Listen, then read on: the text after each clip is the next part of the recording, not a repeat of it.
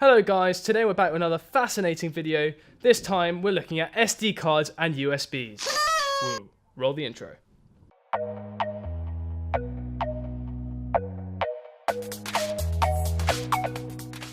Yes, it's not the most interesting topic in the world, but without these bits of modern technology, it would render our cameras useless. So let's get right into the important stuff.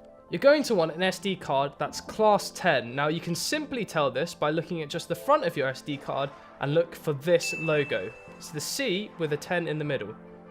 This simply means that this card can read and write data fast enough for you to be able to record constantly at 1080p on your camera. Using a lower class card like this class 4 one will mean your video will automatically stop after a short period of time. For SD cards, we recommend sizes of about 16 or 32 gigabytes, which you can normally get for about 15 quid off Amazon. Now, if you really want to splash your cash, you can go all the way up to a 512 gigabyte card, but that's going to set you back about £300.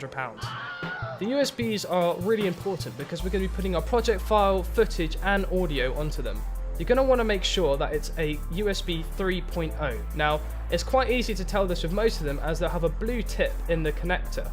Just have a little look for yourself. You might have one already at home that is already USB 3. Using older USBs can be painful, especially on Premiere Pro. It can take about 5 to 10 seconds for your footage to actually start playing. Do yourself a favour and just get a nice new shiny one.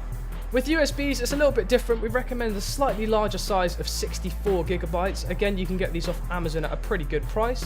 We recommend this larger size because you're going to be having your project file, videos and audio on all in one place. If you already have an external hard drive at home, that's completely fine. Just make sure it's USB 3.0 like we said before. These are normally great because they're a bit more reliable and generally hold a lot more storage.